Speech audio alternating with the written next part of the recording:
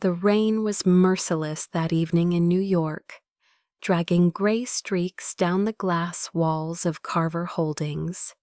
Inside the lights of the boardroom glowed a sterile white, reflecting off polished marble that had seen too many desperate deals. Lena Carver sat perfectly still in the leather chair across from her father, her hands clasped around a pen she could barely feel. The contract lay before her, its black letters like silent threats. Her father's voice, steady but cold, filled the room. "This will save us," he said, not looking at her. "You'll save us." He made it sound noble, but the exhaustion in his tone revealed the truth. William Carver was a man drowning in debt and pride. The empire he had built was collapsing, and the only collateral left was his daughter. Lena's throat felt raw. Save us, how she asked, by becoming someone's wife. His eyes flicked toward the end of the long table. There a single file bore the name Adrian Vale. She knew that name. Everyone in New York did. The elusive billionaire whose face rarely appeared in public. A man whispered to have buried his heart 5 years ago in the wreckage of a plane crash that had killed his wife and child. He offered terms, her father continued. "The merger deal will go through if you sign. He needs a marriage, for image, for stability. I told him you'd understand." "Understand?" Lena's laugh came out hoarse. "You're selling me to a man I've never met." William's expression hardened. "It's not selling, it's survival." She wanted to say something cruel, but the words dissolved. He wasn't the father she remembered from childhood, the one who read her bedtime stories before disappearing into board meetings. This man was just a reflection of his failures, and she just another transaction to balance his loss. The lawyer entered quietly, setting the final copy before her. Lena glanced at the line where her name waited. "It's not marriage," her father said again. "It's mercy. Mercy." The word echoed through the sterile air like a verdict. She imagined the man on the other end of this contract, Adrian Vale. She had seen one photo once in an article about his reclusive genius, standing alone beside a sea of reporters he never spoke to. He looked like someone who didn't believe in people anymore. Perhaps that was why he'd chosen her. Someone broken enough not to ask for love. Her fingers trembled as she uncapped the pen. "What if he changes his mind?" she whispered. "He won't," William replied, already turning away. "You're a guarantee he can trust." A guarantee, a promise in flesh and blood. She signed her name slowly, the ink bleeding slightly into the paper as if even the page refused to hold her fate. For a moment, silence ruled the room. Rain beat harder against the windows, drowning out the city. Then William exhaled in relief, the sound of a man who had just sold his last piece of dignity. He didn't thank her. He simply nodded to the lawyer who collected the papers and left. Lena sat there staring at the empty space where her father had been. The air smelled of metal and rain, of something finished. She realized then that this was not the end of her freedom. It was the quiet death of being seen. When she finally stood, the city outside blurred into motion. The lobby was empty, her heels clicking like hollow punctuation marks on marble. She passed the receptionist, who avoided eye contact, as if witnessing a private execution. Outside, the rain welcomed her like punishment. Cars roared past headlights slicing through the downpour. She stepped into the street, water soaking through her coat. The night smelled of asphalt and fear. A sleek black car waited at the curb, the driver stepping out with an umbrella. "Miss Carver," he said softly. "Mr. Vale asked me to bring you to him." His tone was polite, practiced, but his eyes carried something else, pity maybe. Lena hesitated before sliding into the back seat. The door shut with a soft, definitive sound. The world outside became a blur of water and light. She watched the city retreat through the window, each drop of rain, stretching across the glass, like time refusing to stop. Her phone buzzed once, a message from her father. Be graceful. He's doing us a favor. She stared at the words until the screen dimmed the glow, fading like warmth, leaving her skin. The driver spoke quietly. We'll arrive in the Hamptons by midnight. Mr. Vale prefers privacy. Of course, she said, her voice foreign to her own ears. She wondered if Adrian Vale had requested silence too. The car slipped onto the highway, the hum of tires against wet asphalt, lulling her into a half-dream. Images flickered her childhood bedroom, now empty, her mother's face, absent from memory, her father's voice saying mercy as if it were absolution. She pressed her forehead against the cold glass. Outside, the skyline dissolved into mist. Somewhere beyond the storm waited a man who had purchased her name, her silence, and whatever remained of her future. She didn't hate him. She didn't even fear him. What she feared was the possibility that he would be exactly what she expected, another man who mistook her quiet for consent. When the car turned off the main road, darkness swallowed the windows. Trees lined the drive, their branches glistening like veins in the rain.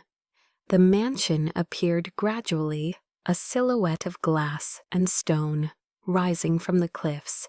Its windows reflected lightning, each flash revealing fragments of its lonely architecture. The driver opened her door. "Welcome to Vale House," he murmured. Lena stepped out the wind, catching her coat. She looked up at the towering glass facade and felt an ache she couldn't name. Somewhere inside, she imagined a man watching her arrival, detached, waiting to fulfill his end of the bargain. She whispered to herself, "It's not marriage, it's mercy." But as thunder rolled across the ocean, she thought mercy sounded a lot like surrender. She turned toward the sea where rain met horizon and felt something tighten in her chest. Maybe it was fear. Maybe it was the quiet knowledge that she had just signed her way into someone else's ghost story. The driver closed the door behind her, the car's headlights fading into the night. Alone in the rain, Lena walked toward the entrance, her reflection fragmenting across the wet glass. Inside, beyond the walls, a life she didn't choose was waiting, silent, shimmering, and absolute. And as the doors opened with a soft mechanical sigh, the city vanished behind her, leaving only the storm and her name inked into a future she didn't believe in. Even the rain, she thought, didn't want to see, her name signed away. Adrian Vale stood before the floor-to-ceiling window of his penthouse, watching the rain blur the city into streaks of silver. From this height, New York looked distant, almost unreal, a place where people pretended not to be broken. He had always preferred distance. It kept the ghosts quieter. Behind him, the glass walls reflected the man he had become: immaculate suit, dark hair, streaked with the first signs of gray, and eyes that had long forgotten warmth. When his assistant Martin entered with the evening report, Adrian didn't turn. She signed. Martin said simply. The words should have meant victory. Instead, they tasted like dust. Adrian's reflection gave nothing away. When will she arrive? She's already en route. The driver will reach the Hamptons by midnight. There was a pause, the kind that always followed when someone didn't know if speaking further would be a mistake. "Are you sure about this?" Sir Adrian turned, finally, the motion slow, deliberate. I'm sure of very few things, Martin. This is one of them. His tone was even almost detached, but inside something old and unhealed stirred. He hadn't planned on marrying again, not after the crash, not after the wreckage that had reduced his life to headlines and pity. But the board had insisted that Vale Industries needed stability to secure the international contract. A family man inspired confidence, they said, and so he had chosen Lena Carver, not for her beauty, though it was haunting in its simplicity, but because her file suggested she had no illusions left. He thought that would make her easier to live with, easier to forget. When Martin left, the silence folded around him like smoke. He walked through the minimalist expanse of his apartment, the artless walls, the monochrome furniture, the absence of anything that might suggest life. He had designed it that way after the crash, a place where nothing could remind him of laughter, of warmth, of the tiny footsteps that once echoed down the hall. He stopped by the piano in the corner, its lid closed, a thin layer of dust catching the dim light. He ran a hand across it, but didn't lift the cover. Some instruments weren't meant to play again. By the time he reached the Hamptons, the storm had followed him east. The road curved along the cliffs where the waves below crashed against jagged rocks like an angry memory. The estate came into view, steel glass and silence rising against the horizon. He had built it to be unbreakable. Inside, he dismissed the staff and went to the upper balcony waiting. Midnight arrived with the sound of tires on wet gravel. From the shadowed terrace, he saw her step out of the car, a figure in a soaked gray coat hair clinging to her face, eyes searching the darkness. She looked nothing like the heiresses he'd been offered before.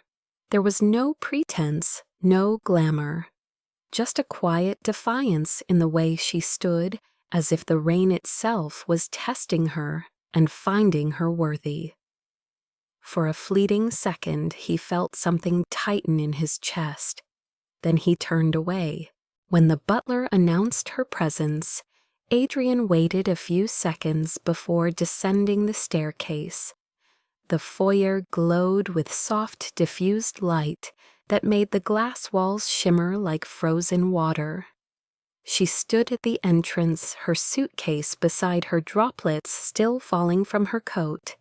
"Mr. Vale," she greeted, her voice even but soft.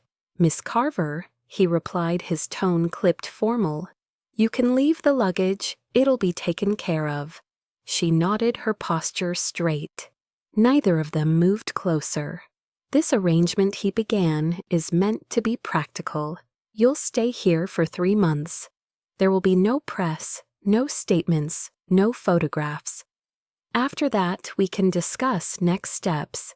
"You mean the divorce," she said quietly. The faintest hint of surprise flickered across his expression, quickly masked. "If that's what you want." "And what do you want?" she asked. "Containment," he answered after a pause. "You'll find that I don't do chaos well." Her lips parted slightly, but she said nothing. The silence between them stretched fragile but unbroken. He gestured toward the corridor. "Your room is at the east wing. Meals are at your discretion. You'll find I keep to my work."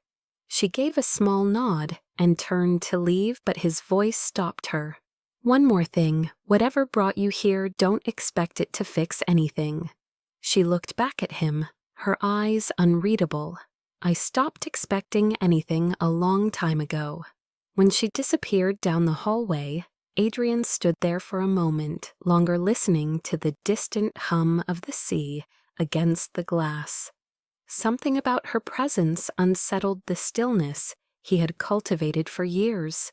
He poured himself a drink, the ice cracking sharply against the crystal.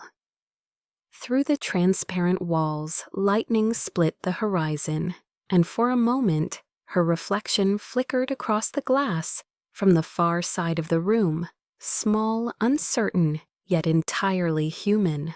He didn't believe in fate, but the sight made him feel as if the house itself had inhaled after years of holding its breath. Upstairs, Lena unpacked in silence. The room was spacious but bare like everything else in the mansion. A single window overlooked the ocean, where the waves seemed to crash endlessly against the shore, whispering something she couldn't understand. She traced her fingers across the glass, her reflection faint against the storm.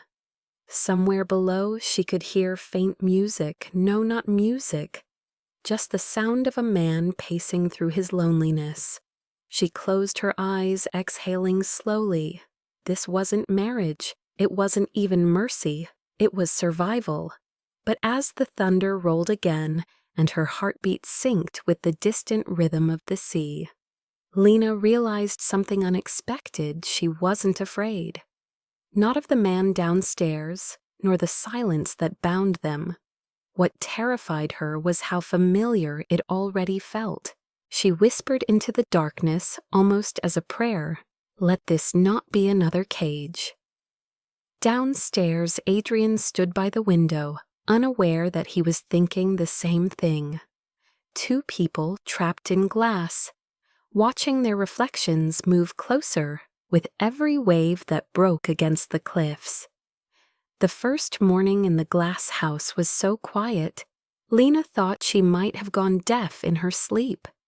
No city noise, no traffic, just the rhythmic crash of the Atlantic against the cliffs below. The light bled through the walls like liquid gold, turning the polished floors into mirrors. She woke to the faint hum of the heating system and the scent of salt in the air. For a long time she simply lay there, staring at the ceiling, tracing the faint reflection of moving waves above her head. The room was immaculate, impersonal, like a museum of someone else's life. When she finally stepped out into the hall, the vastness of the place hit her. Everything gleamed. The staircase spiraled down, like a sculpture walls made of glass framed the horizon. The world outside looked close enough to touch, yet impossibly distant. She caught sight of Adrian once through the glass partition, separating the east and west wings.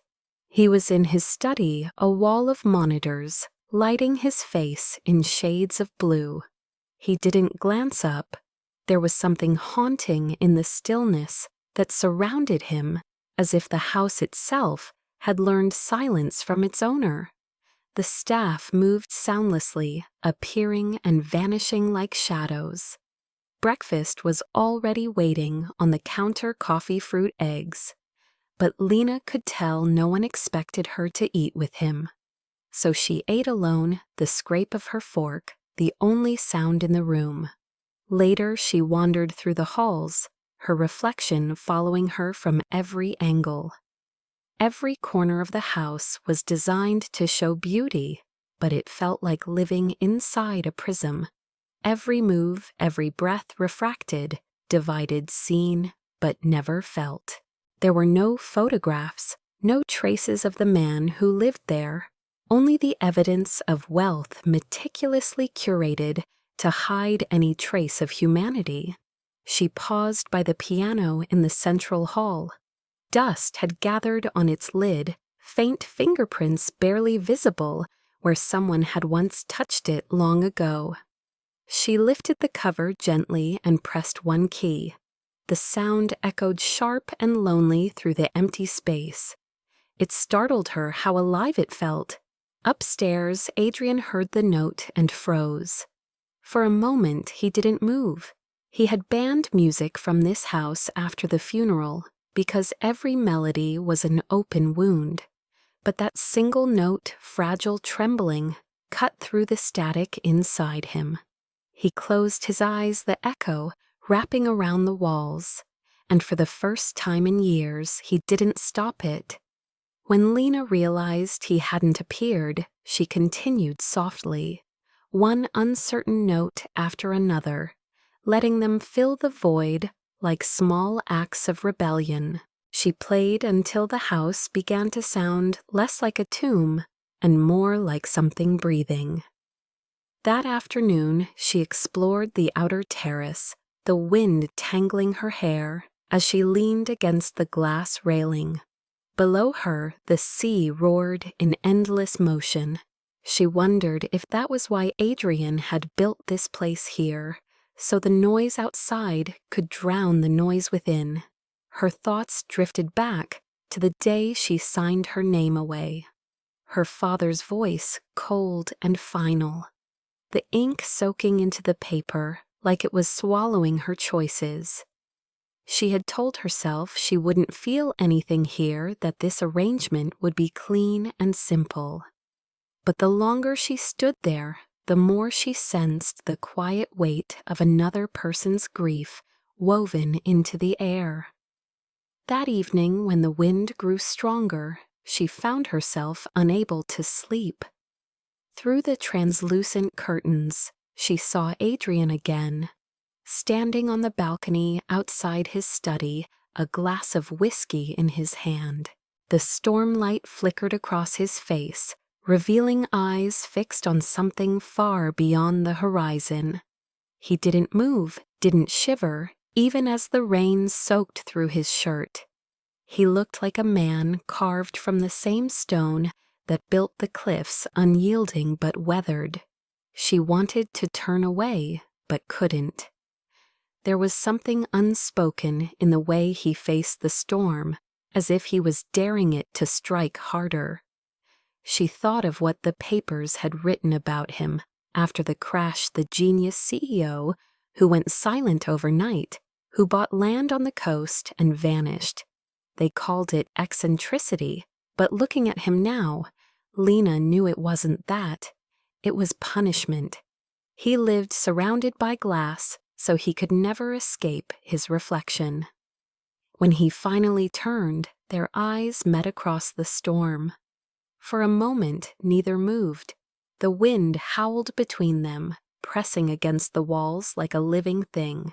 Then he disappeared into the house again, leaving her with the echo of that glance, a spark that felt too human to belong in a place built for ghosts. Later, she sat by the window, in her room notebook open. She hadn't written in years, not since her mother called it a childish waste. But now the words came quietly, like waves lapping the shore. "I wasn't sold," she wrote. "I was returned." It startled her, the truth of it. Returned to a man who didn't believe in love, to a house that didn't know laughter, to a life where silence spoke louder than words. Yet in that silence, she felt something stirring, a question she wasn't brave enough to name. The next morning, the sun broke through the clouds. The house glittered in the light, every surface gleaming. She made herself breakfast and stood barefoot on the kitchen tiles, staring out at the ocean. Adrian passed behind her briefcase, in hand, already dressed for the day. He paused when he saw her but said nothing. Only after he left did she realize he had stopped long enough to notice her. It was a small thing, but it stayed with her. The house by the sea remained vast, empty, and breathtaking, but it no longer felt entirely lifeless. Somewhere beneath its glass skin, a pulse had started to beat again, slow, uncertain, and fragile. That night, as she lay in bed, listening to the ocean's rhythm, she imagined the man in the room across the hall. Perhaps he too was staring at the same horizon, each of them trapped in their own reflections, waiting for something neither dared to believe in. She closed her eyes and whispered into the dark, "Maybe mercy begins when silence breaks." The waves answered with their endless roar, and somewhere deep within the walls, the house seemed to listen. By the third week, Lena had memorized the rhythms of the house, the way the morning light turned the hallways silver, the hum of the ocean through the glass at dawn, the faint echo of Adrian's footsteps on the upper landing when he left for work. They barely spoke, but silence had started to sound different, softer somehow, as if the walls were learning to breathe again. Each day she found small ways to exist in the spaces he'd left empty. She started cooking breakfast, though he never asked. She left fresh coffee on the counter, and sometimes when she came back hours later, the cup was gone.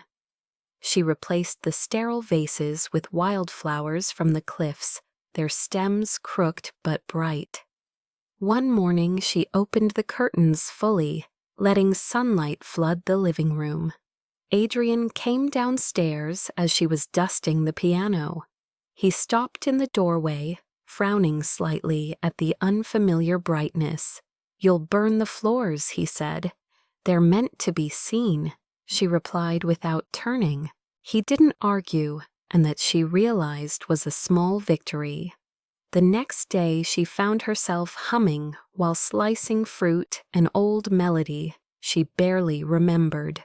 When she looked up, Adrian was standing at the edge of the kitchen, still in his suit briefcase in hand. "What song is that?" he asked, voice low, rough from disuse. "Something my mother used to hum when she thought no one was listening," Lena said. "It's pretty," he murmured, then left, but the faintest trace of warmth lingered in his tone. That night she couldn't sleep. The moonlight painted the walls pale blue, turning the glass into mirrors. She walked downstairs and sat at the piano again. The house was silent except for the ocean. Her fingers hesitated, then found a simple melody, hesitant but tender. She didn't notice Adrian at first. He was standing by the stairs, barefoot, still wearing his shirt from earlier sleeves rolled. When she looked up, he said quietly, "Don't stop." She continued, each note falling into the next, like raindrops. When the song ended, the quiet felt charged alive. "It's been years since there was music here," he said finally. "Why did you stop?" she asked. He stared at the piano for a long time before answering. "Because the last person who played it isn't alive anymore." His voice was calm, but she felt the weight behind it. "Your wife." He nodded once. "And my daughter." She swallowed the ache in her throat. "I'm sorry. Don't be," he said, though his eyes betrayed the lie. For a moment they stood suspended in the half-light, two ghosts caught between what was gone and what might still be possible. The next morning he joined her at breakfast for the first time. He didn't say much, just sat across from her reading a document as he sipped his coffee. But when she asked if he wanted more eggs, he looked up and said, "Please." And she almost smiled. Afterward, he surprised her by asking, "Why did you agree to this marriage?" She set her fork down, meeting his gaze.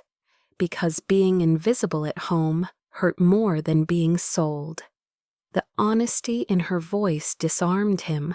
He looked down at his plate, fingers tightening slightly. "Your father shouldn't have made that choice for you." "He didn't make it for me," she said quietly. "He made it for himself." There was no bitterness, just truth. For the first time he saw something in her he hadn't expected, strength disguised as quiet. That afternoon, the sky darkened with the promise of rain. The radio warned of a storm moving in from the coast, strong enough to knock out power. Adrian told her they could return to the city until it passed, but she shook her head. "I've lived through worse storms." Her tone carried a calm finality that reminded him of the sea, beautiful, dangerous, impossible to argue with. When the storm arrived that evening, the wind slammed against the wall's waves, crashing so close It sounded like the ocean wanted in. Power flickered lights dimming until only the faint glow of candles remained.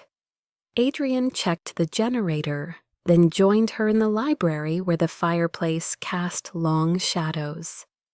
The room smelled of wood smoke and salt. "I thought this place was indestructible," she said, staring at the glass windows, flexing under the pressure of the wind. "Even glass breaks if you test it long enough," he replied. "That's a comforting thought," she said, but her smile was faintly amused.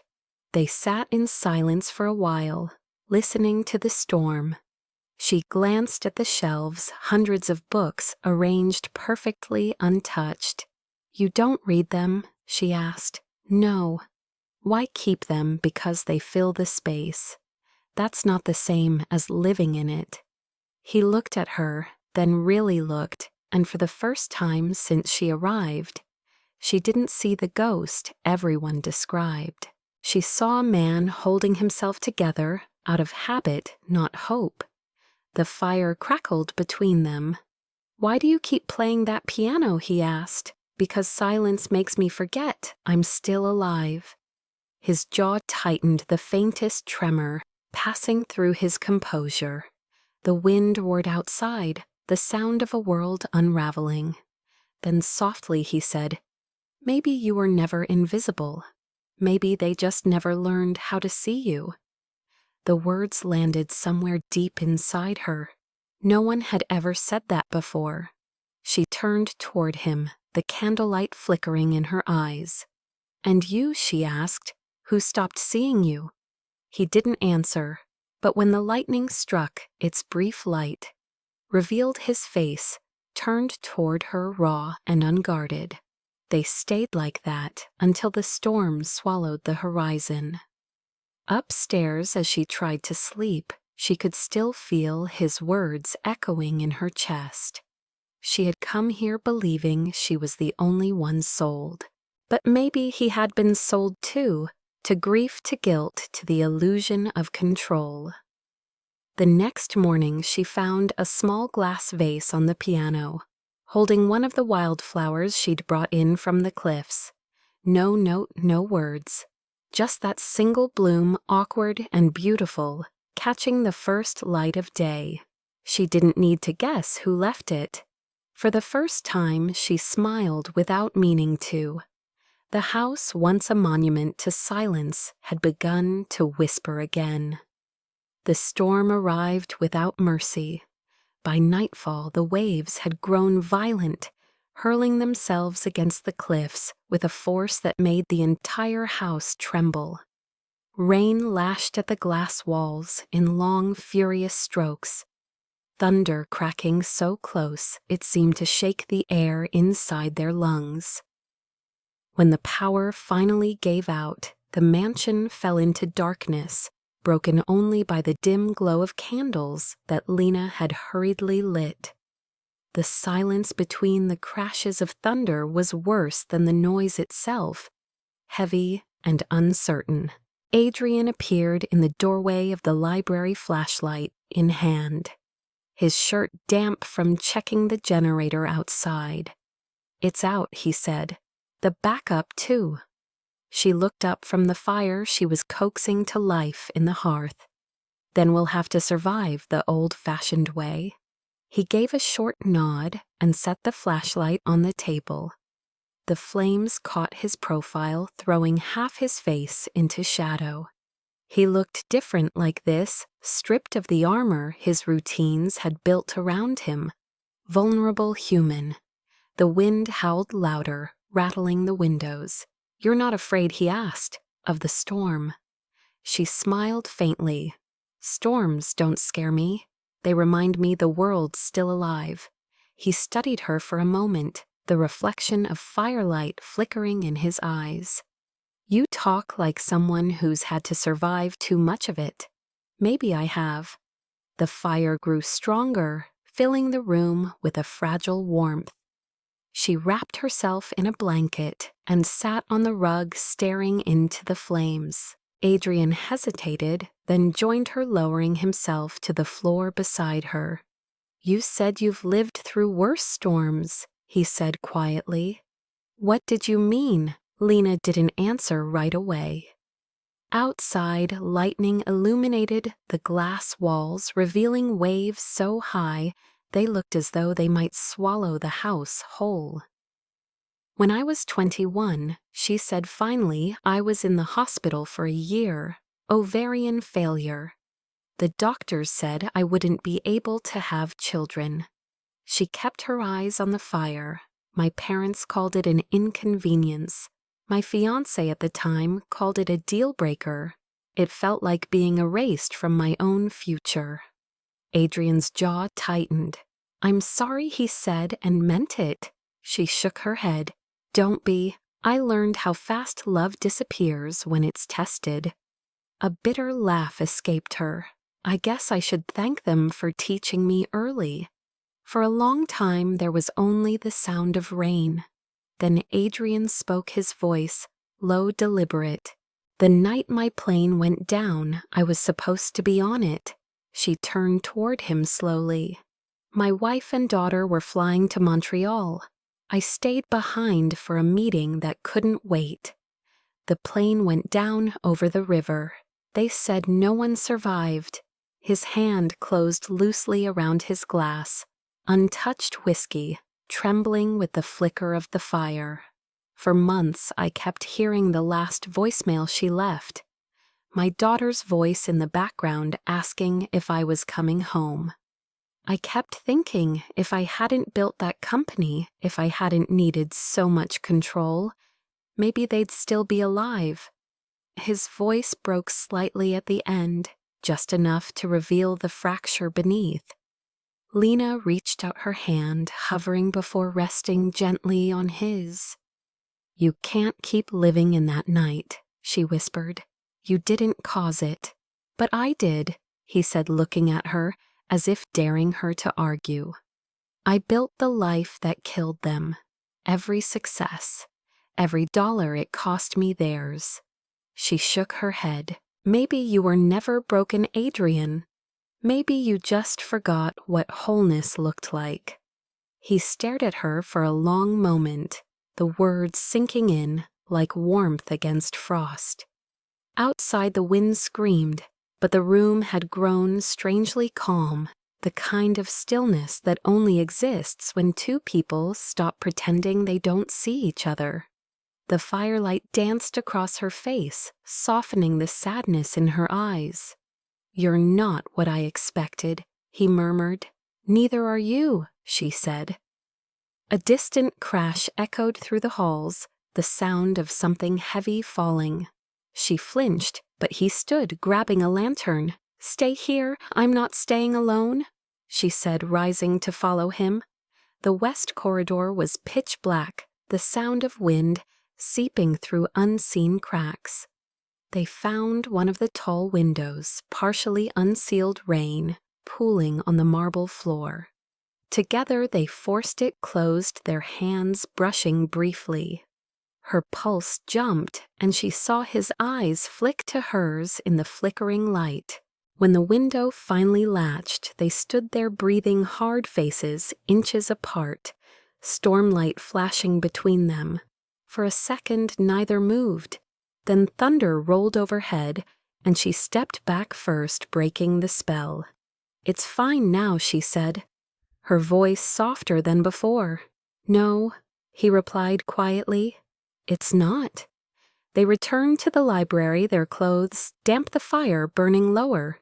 She knelt to stoke it while he poured 2 glasses of whiskey. For courage, he said, handing her one. She accepted it, their fingers brushing again. The touch lingered, this time unspoken but real. You live here like a man serving a sentence, she said suddenly. What crime are you still paying for survival? He answered barely above a whisper. Sometimes that feels worse than guilt. They sat in silence again, the kind that hummed with things neither dared to name. The candles burned low. The world outside vanished into blackness. Without warning, lightning struck the cliffs, the flash flooding the room with white light. Instinctively, Lena reached for his arm. He didn't pull away. The thunder followed, deafening, shaking the floor beneath them. When it passed, she realized her hand was still gripping his sleeve. He looked down at her fingers, then up at her face, something unreadable in his eyes. "You're shaking," he said. "I'm fine." But her voice trembled. He hesitated, then reached out, wrapping his hand around hers. It wasn't romantic, it was grounding, a quiet exchange of existence. She looked up, and in that moment, she saw not the billionaire recluse the world feared, but a man who had been trying to die slowly by staying alive.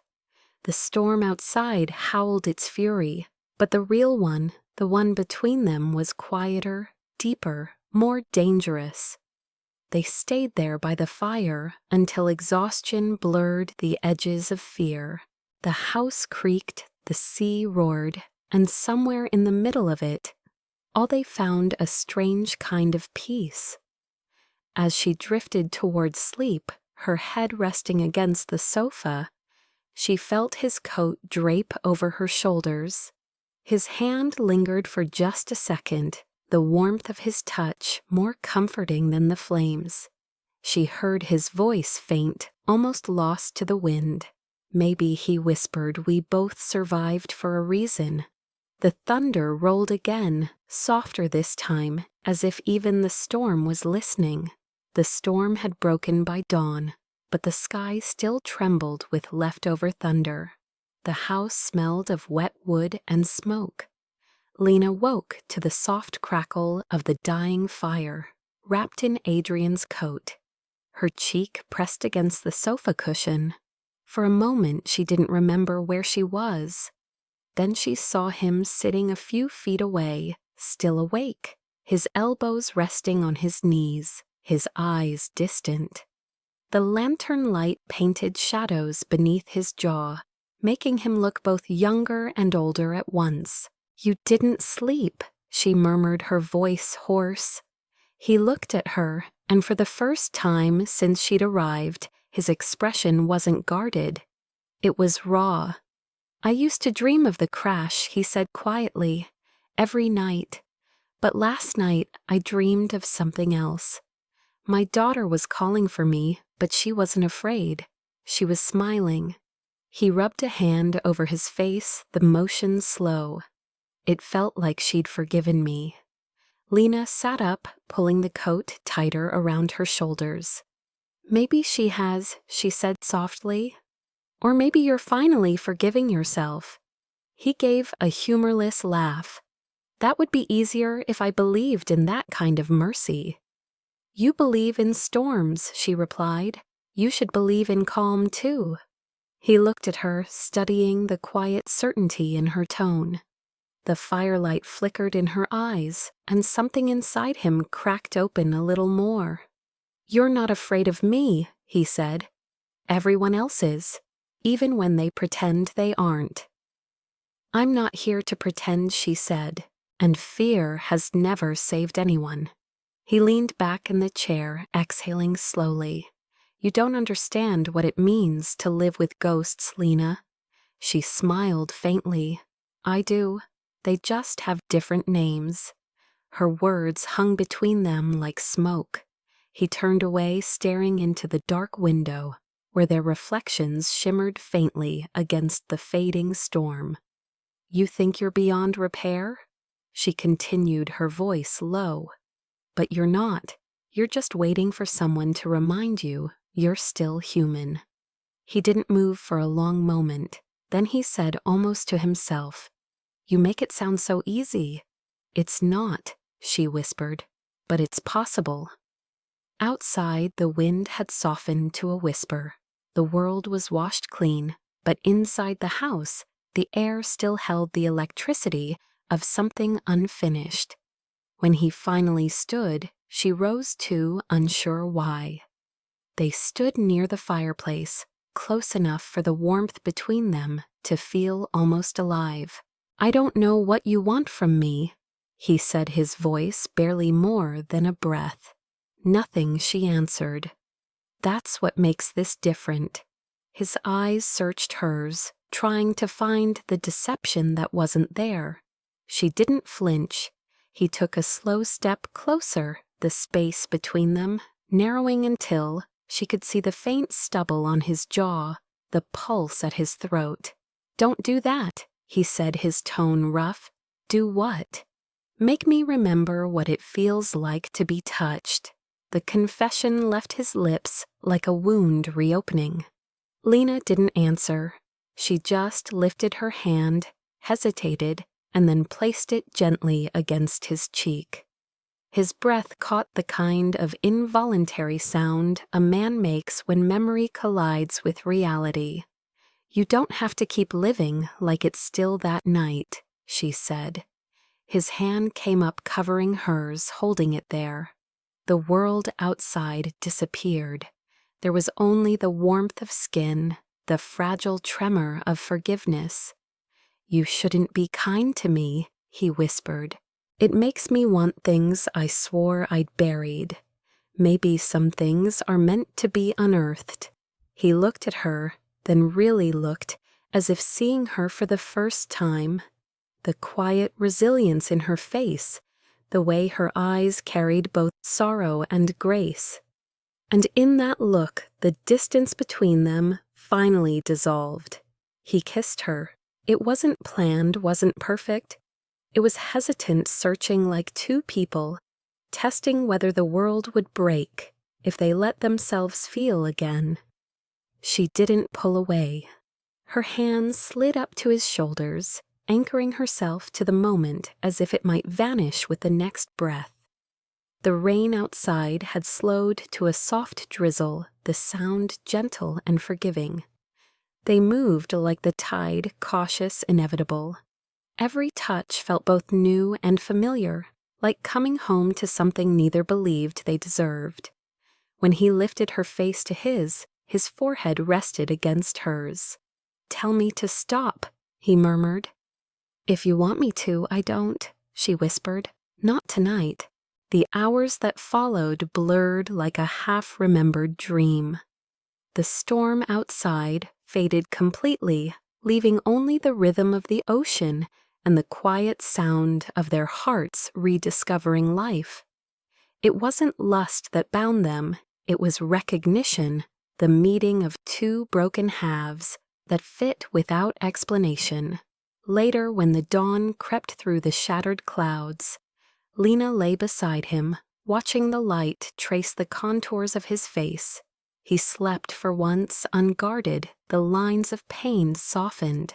She reached out, brushing her fingers lightly against his arm, just to prove he was real. The glass walls glowed with the first light of morning. Somewhere beyond them, the sea shimmered like molten silver. She sat up slowly, wrapping the sheet around her. Her body trembled, not from regret, but from the unfamiliar feeling of being seen. On the coffee table, the candle had burned down to wax and smoke. It looked like an ending, but it wasn't. When Adrian stirred, she turned to him. "You should go back to sleep," she said. He opened his eyes, studying her expression. "I don't want to," he said simply. "I haven't dreamed without nightmares in years." She smiled faintly. Maybe the storm took them with it. He reached for her hand, his touch gentle, uncertain. "I don't know what last night means," he said. But for the first time it didn't feel like punishment. She looked down at their intertwined fingers. Maybe that's what forgiveness feels like. The sun rose higher, flooding the room with gold. It caught the edges of the cracked glass window, sending rays scattering across the floor like tiny shards of light. She stared at it for a long moment, realizing how beautiful the imperfection was. The glass hadn't shattered. It had survived, marked but intact. She thought of herself, of him, of the strange, unspoken truth that had grown between them like a fragile bloom in the ruins. "The light comes through the cracks," she said softly. "That's how you know the storm's over." He followed her gaze, understanding dawning slowly in his eyes. "And what comes after?" he asked. She smiled the kind of smile that carried both hope and fear. "That's the part we haven't written yet." The sound of the ocean drifted through the open-air vent steady infinite. For the first time, the house didn't feel cold. It felt alive. The weeks that followed unfolded with a fragile calm, the kind that comes after a storm, when the sea is still deciding whether to rest or rage again. The house smelled different now, less of salt and glass, more of coffee and sunlight. Lena found herself humming in the mornings. As she opened the curtains, her reflection framed by the waves behind her. Adrian still worked long hours, but something in him had softened.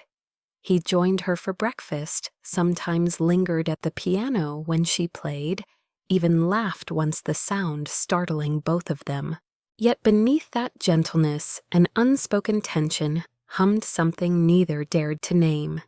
It began with small things. She started sleeping, later waking, with a strange heaviness in her body. Coffee made her nauseous, the sea breeze dizzy. One morning she dropped a glass while reaching for water. It shattered across the tile, and she sank to the floor beside it, her palms trembling. It couldn't be what she thought. It wasn't possible. She told herself it was stress or exhaustion, or the unfamiliar comfort she wasn't used to. But as the days passed, the signs multiplied: faint sickness in the mornings, sudden tears for no reason, the sense of something quietly blooming inside her, where she'd been told nothing could ever grow. She went to the clinic in town alone, wearing sunglasses and a coat to avoid the curious eyes of people who always recognized Adrian Vale's wife. The doctor smiled kindly as she sat down. "How far along?" he asked after the test, casual, certain. Lena blinked, her voice catching. "What did you say? You're pregnant," he repeated. "Roughly 6 weeks." The world tilted. Her breath hitched. She shook her head. "No, that can't be. I was told." The doctor's smile didn't fade. Medical predictions are just numbers, but life doesn't always follow them. She stared at the ultrasound screen, the faint flicker pulsing there like the first heartbeat of a new world. "Then maybe love changed the math," she whispered. The doctor nodded softly, not asking for explanation. "Take care of yourself," he said.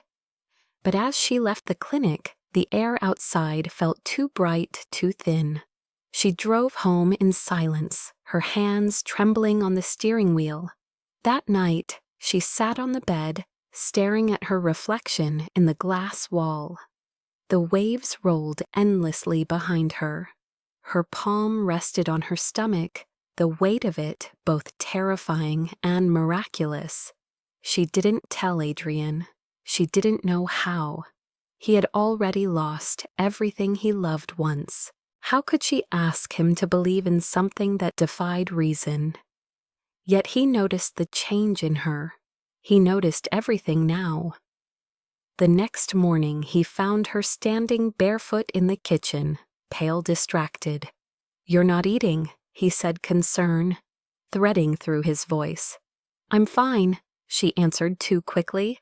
"You're not." He stepped closer, his gaze searching hers. "Tell me what's wrong." Her lips parted, but no words came. The truth felt too fragile to speak aloud. She turned away, murmuring something about needing air, and walked out to the terrace. He watched her go, confusion shadowing his expression. That night she dreamed of water, of drowning and surfacing, of holding something fragile against her heart, while the sea tried to take it. When she woke, tears were on her face. She decided she had to tell him. She found him in the study, surrounded by papers and the cold blue glow of his monitors. "Adrian," she said softly. He looked up. "There's something I need to tell you." She hesitated, her fingers curling into her palms. "I went to the doctor." He stood immediately, the tension in his body tightening like wire. "What's wrong?" She took a breath. "Nothing's wrong." "Not exactly. I'm pregnant." The silence that followed was so absolute, she could hear the rain starting outside. He didn't move, didn't speak, just stared at her like he hadn't understood. "You said," he began, but his voice failed. She nodded. "I know, I was told it wasn't possible." And yet, she said softly, tears filling her eyes. He walked toward her slowly, as if afraid she might vanish if he moved too fast. "Are you sure?" She nodded again. "I saw it, heard it." Her hand trembled against her stomach. "There's a heartbeat." He stopped in front of her, every muscle in his body taut with disbelief and something deeper, hope, fear, reverence. His eyes dropped to her hand. Tentatively, he reached out and placed his palm over hers, over the small stillness that now held life. "You said you couldn't," he whispered. "I said they told me I couldn't." His eyes lifted to hers. "You gave me back what I thought I'd buried forever." Her throat tightened. "You don't have to believe it yet," she said. "I barely do." He shook his head slowly. "No, I do. Because for the first time in years, something inside me doesn't feel empty." His fingers intertwined with hers, and she felt the faint tremor of his breath. "You've given me a miracle, Lena." She wanted to believe that, but the world had taught her to be careful with miracles. They could vanish as quickly as they came. Over the next few days, the house filled with an unfamiliar kind of silence, one alive with possibility. He became protective without meaning to. He made sure she rested, that the kitchen was stocked with whatever she might crave, that the stairs were always lit. When she teased him for worrying too much, he smiled an unpracticed, uneven smile that made her heart ache. They walked the beach together. At sunset, the cold wind tugging at her hair. "Do you ever think the ocean forgives?" she asked once. "I think it forgets," he replied. "Maybe that's its mercy." She nodded, staring at the horizon. "I think I'd rather be forgiven than forgotten." He looked at her, the fading light catching in his eyes. "Then maybe this is forgiveness for both of us." A week later, she found him in the nursery that had been sealed since the accident. Dust covered the toys and the small white crib by the window. He stood there motionless, his hand resting on the frame. "I wasn't sure I could open this door again," he said. She stepped beside him, her fingers brushing his. "You don't have to rebuild it," she said. "Just let the light in." He turned his gaze soft. "You've already done that." That night, as they lay in bed, she felt the faint flutter beneath her ribs, a whisper of movement that stole her breath. She caught his hand and placed it there. "Do you feel that?" she whispered. His eyes widened. For a second, he looked as though he might break. "It's real," he said. "It's real." They both laughed, then quiet, astonished laughter that felt like prayer. But miracles, she knew, always drew shadows. The world outside had begun to notice her absence from society events. The rumors about the mysterious marriage contract between the Carver family and Adrian Vale. And when whispers began to circulate that the infertile daughter of William Carver was expecting, the press found their next obsession. Lena didn't know yet how quickly that tide was rising. For now she was content to stand at the window, one hand on her stomach, watching the sea glimmer under the afternoon sun. Behind her, Adrian approached, wrapping his arms gently around her waist. "I don't know what we did to deserve this," he said. She leaned back against him, her voice soft. Maybe we stopped running long enough to be found. He pressed his lips to her shoulder, eyes closing. Then let the world rage, he murmured. Let it do what it will. I won't let anything touch this. She smiled, though a faint tremor of unease flickered beneath her calm. You can't stop storms, she said. No, he agreed quietly. But I can stand with you in them. The waves outside struck the rocks in slow, steady rhythm, like a heartbeat echoing across the water. For the first time since she could remember, Lena believed in something larger than pain. She believed in beginnings. It began with a whisper, the kind that travels faster than truth. A leaked email, an anonymous source, a photo of Lena stepping out of the clinic in town. Her coat opened the faint curve of early pregnancy visible beneath. Within hours, headlines flooded every screen. Billionaire Vale's secret wife, sold pregnant and paid. The story spread like wildfire through the veins of social media. By morning, her name trended across the internet under a single cruel tag, Baumann infertile wife miracle. The phone wouldn't stop ringing. Journalists camped outside, the gates of Vale House drones hovering over the cliffs for a glimpse of the woman who tricked a billionaire into fatherhood. Lena sat at the kitchen table, pale, her hands trembling, around a cup of untouched tea. Adrian entered his phone, pressed to his ear, his expression carved from stone. "Shut it down," he said to whoever was on the other end. No comment, not one word. He ended the call and met her eyes. Someone leaked the contract. The words hit like a slap. What she whispered, the marriage agreement, the clause about 3 months, about the merger.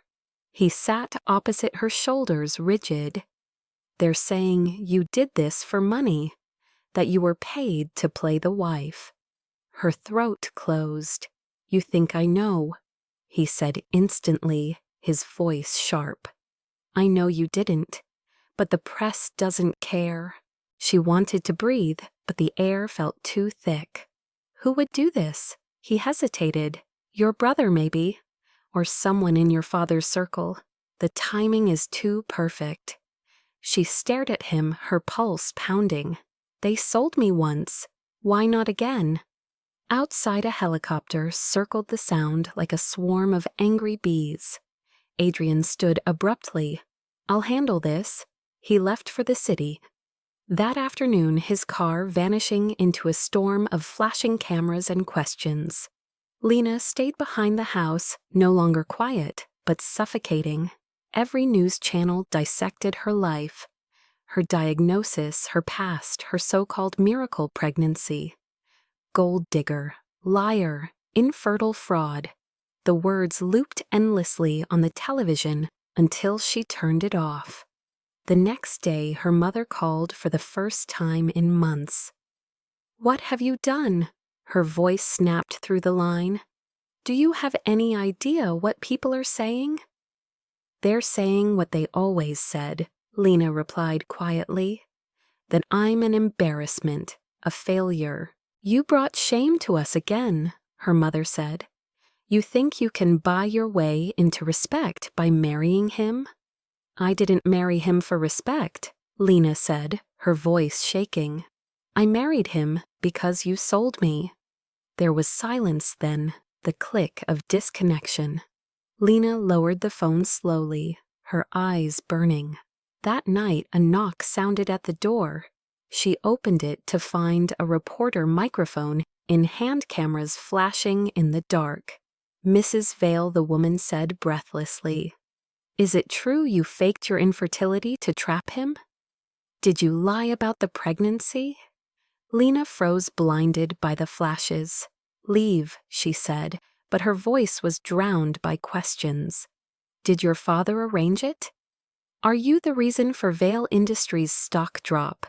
The security team rushed forward, pulling the reporters away, but the damage was done. Her face would be everywhere by morning, her voice twisted into whatever story the world wanted. When Adrian returned late that night, she was sitting on the floor in the hallway, her eyes empty. "I tried," he said, dropping his phone onto the table. "The lawyers are working on it, but the shareholders—" He stopped when he saw her expression. "They don't believe me, do they?" she asked. He hesitated, and that was answer enough. "They think you're a scandal," he admitted quietly. "They want me to make a statement, to distance the company." "Distance," she repeated, the word cracking. "From me." From the story he corrected. But she heard the truth underneath. "You mean from the woman you bought?" His eyes closed briefly. "Don't do that." "What do you want me to do, Adrian?" she demanded, standing. "Pretend it doesn't matter. Pretend it doesn't hurt. That the whole world thinks I'm some con artist who trapped you." "I'm trying to protect you," he said. From what, she snapped? From the truth, from yourself. His silence was worse than any answer. She turned away, her hand pressed against her stomach. "I won't let this child grow up under your damage control." He stepped forward, his voice rough. "You think walking away fixes anything?" She looked back at him, tears in her eyes. "I think it's the only thing that still feels like a choice." That night she packed a small bag. When she passed the piano, she paused, her fingers brushing the keys one last time. The sound was soft, almost a goodbye. On the kitchen counter, she left a note. "I won't be another headline for you to protect." She walked out into the cold dawn, the sea roaring beneath the cliff's cameras, already gathering beyond the gates. The flashbulbs caught her face as she slipped through the side path, but she didn't hide. For once, she didn't care who saw. She took the train to Brooklyn, disappearing into the hum of the city. The noise of ordinary life, drowning out the chaos she'd left behind. By noon, the internet had a new headline: "Runaway wife of tech billionaire, missing after scandal."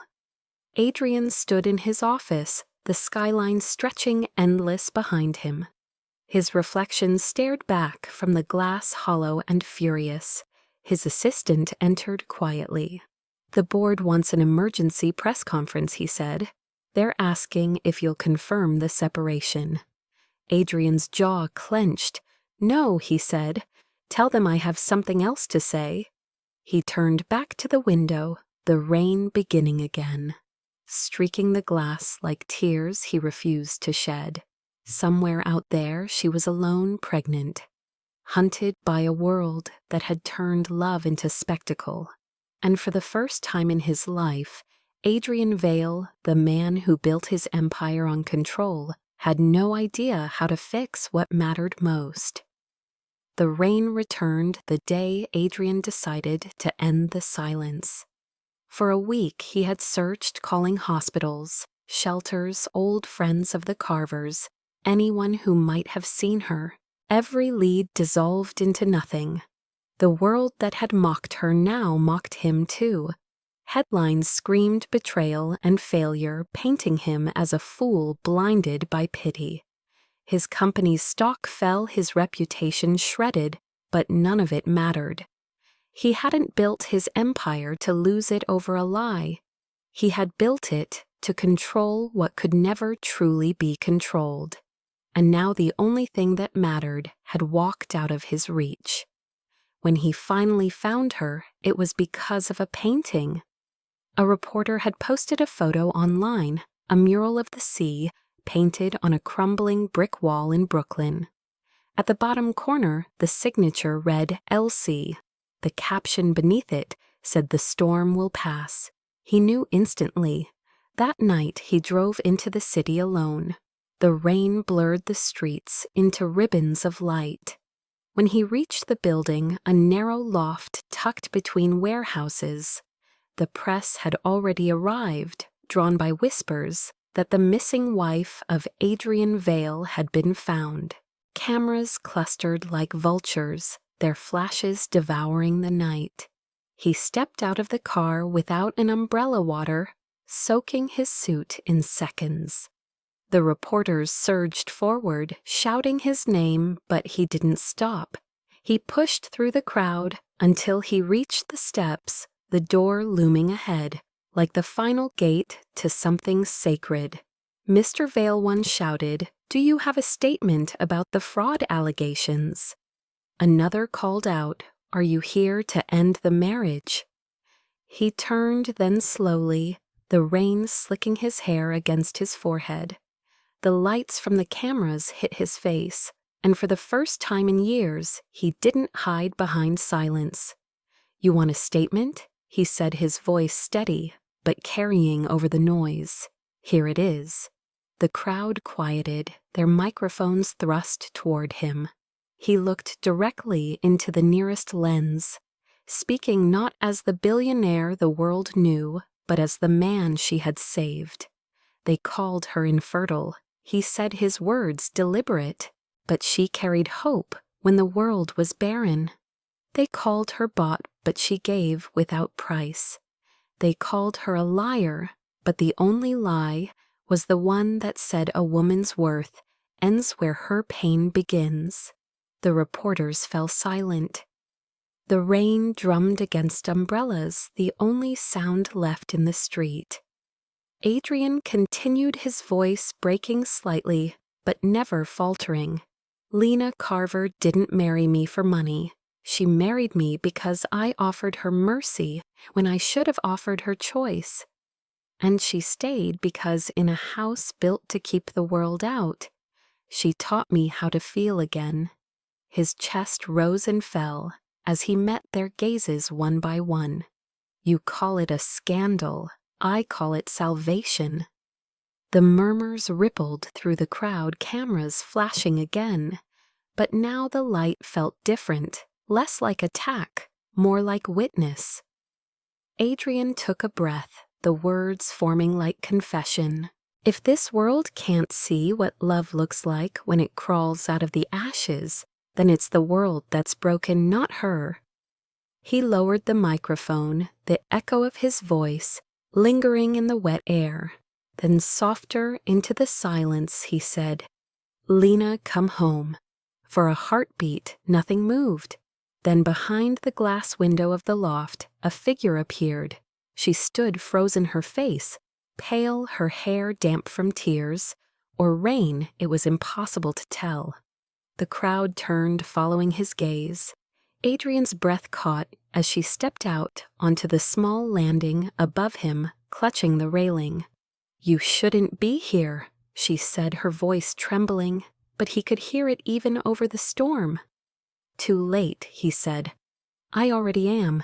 They'll destroy you. They already tried." The flashbulbs went off again, but he didn't care. He climbed the steps slowly, each one heavy with everything they hadn't said. When he reached her, she didn't move. The space between them was small enough to feel her breath. He looked into her eyes and saw the exhaustion, the hurt, but beneath it, the same quiet strength that had drawn him in from the start. "You left to protect me," he said, "but I don't need protecting from the truth. I need you." Tears welled in her eyes. "You can't fix this with speeches. I didn't come to fix it," he said. "I came to tell the world that I don't care what it takes from me. I just need them to know who saved me." He dropped to one knee before she could stop him. The cameras went wild, but his voice drowned them out.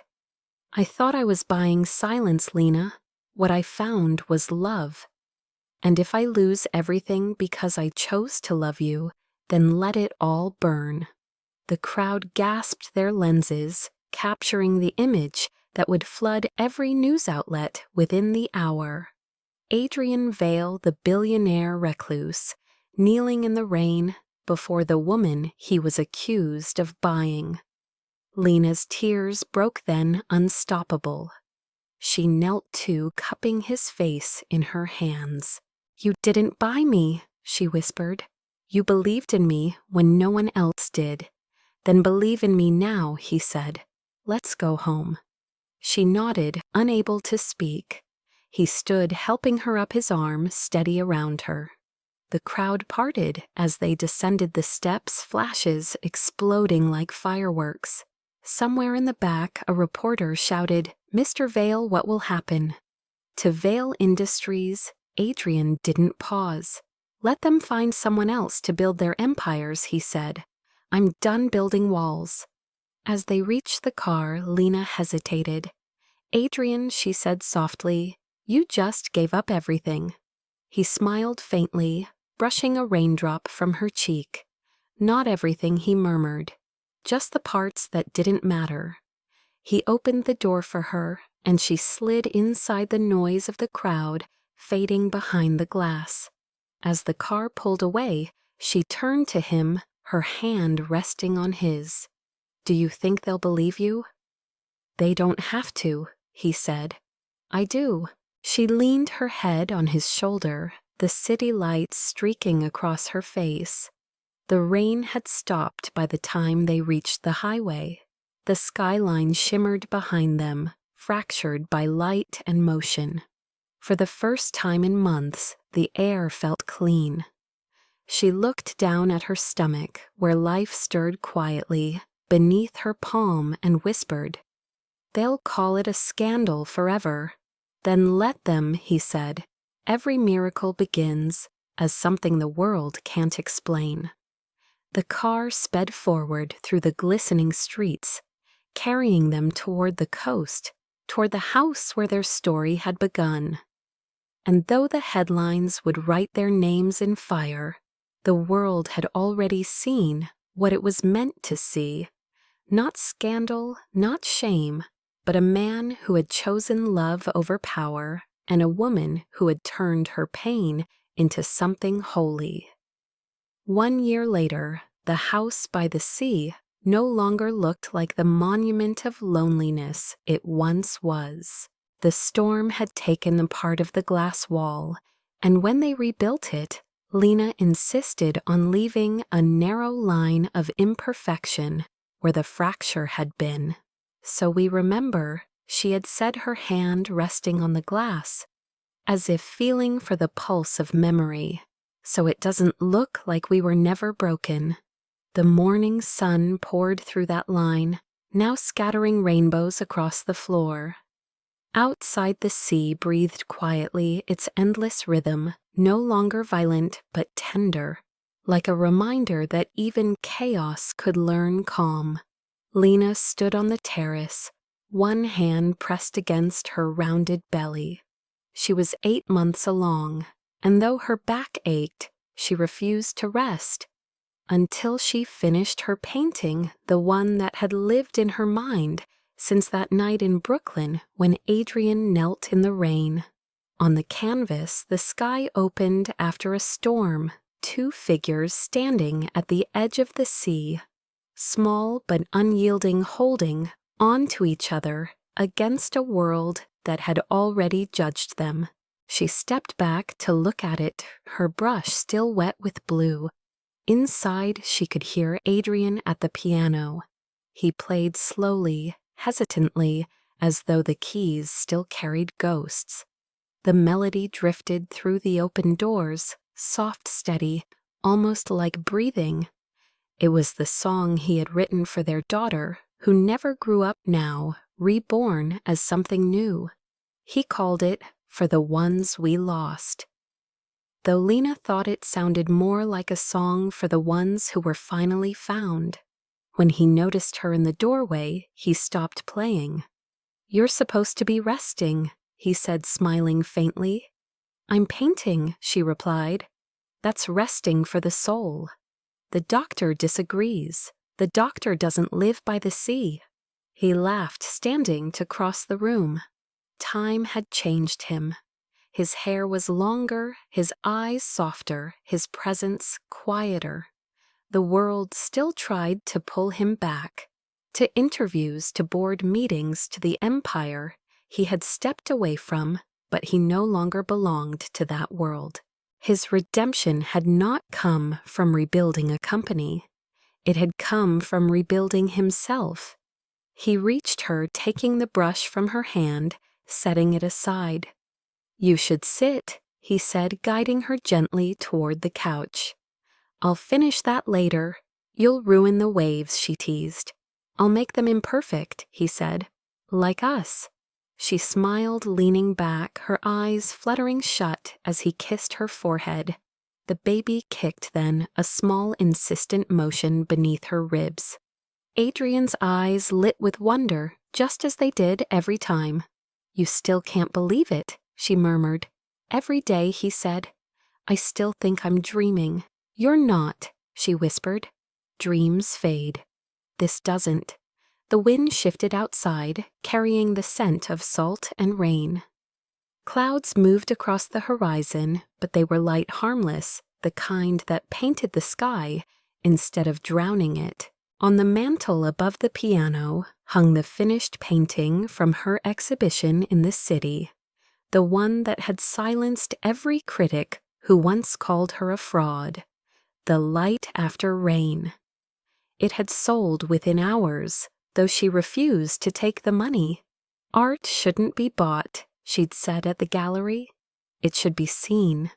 Beneath the painting, a small plaque bore a line. Adrian had written, "Love rewrites every ending." In the corner of the room, the cradle waited, hand-carved from reclaimed oak. Lena ran her fingers along its edge every day, counting down the weeks. "Do you ever think about the people who hated us?" she asked suddenly.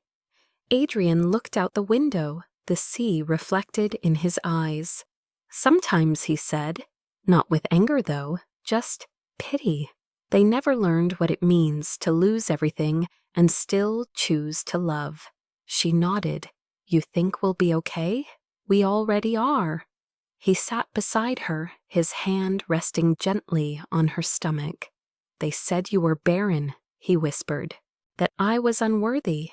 And yet here we are." She turned her face toward him, her voice soft but certain. "They were wrong about both of us." Outside, the first drops of rain began to fall, a gentle drizzle that made the sea shimmer silver. Lena stood and walked to the glass wall, watching the horizon blur. "You know," she said, "I used to hate the rain. I thought it meant something was ending, but now it feels like the world washing itself clean." Adrian joined her, sliding his arms around her waist from behind. Together they watched the storm that wasn't a storm at all, just weather passing through. "Do you think our child will know what we went through?" he asked. "No," she said, "but they'll feel it, in the way we love them, in the way we never stop holding on." A faint kick answered her, and she smiled through tears. The thunder murmured far away, soft and harmless. "I like to think," she said, "that the ones we lost are watching." "Maybe they are," he said. "Maybe they sent you back to me." The baby moved again, and she laughed, the sound light as air. He kissed her hair, his voice barely above a whisper. "You sound like the ocean, little one," he said. The words hung in the air like a blessing. The rain-eased sunlight breaking through the clouds. It caught the fracture in the glass, scattering light across the room in colors neither of them had seen before. Lena leaned into him, her eyes on the horizon. "After everything she said, we're still here." "That's the miracle," he answered. In the distance, the tide rolled in and out, eternal forgiving. The piano stood silent now, but its song lingered in the air, mingling with the rhythm of the sea. And somewhere inside that sound, between breath and memory, grief and grace, was the simple truth they had both fought so hard to learn. Love was never the absence of pain. It was the light that came after. Before you go, take a deep breath and let this story settle in your heart. Somewhere out there, someone like Lena still believes they are too broken to be loved, too damaged to be chosen, too imperfect to deserve a second chance. Maybe you've felt that way too. Maybe you've stood in the rain, waiting for someone to see you through the cracks. This story wasn't just about a billionaire and a woman who defied the world. It was about what happens when two wounded souls choose to rebuild. Not because it's easy, but because it's real.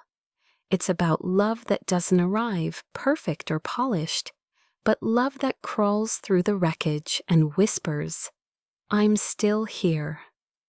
If this story touched you, if it made you believe in redemption, in miracles, in the quiet kind of courage that happens when no one's watching, then don't keep it to yourself. Share it with someone who needs to be reminded that light always follows rain. Leave a comment below and tell us where you're watching from, or tell us which moment made you stop and feel something. Was it the night he knelt in the rain? The morning she heard her baby's heartbeat for the first time? Or maybe the moment she realized she wasn't sold, she was found? Your story matters too, and maybe by sharing it, you'll help someone else find theirs. And if you believe deep down that love can heal even the parts of us we thought were gone forever, then stay with us.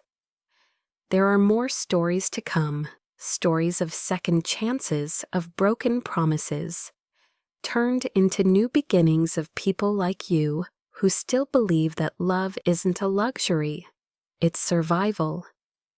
Hit the subscribe button, turn on notifications, and let's keep walking through these storms together.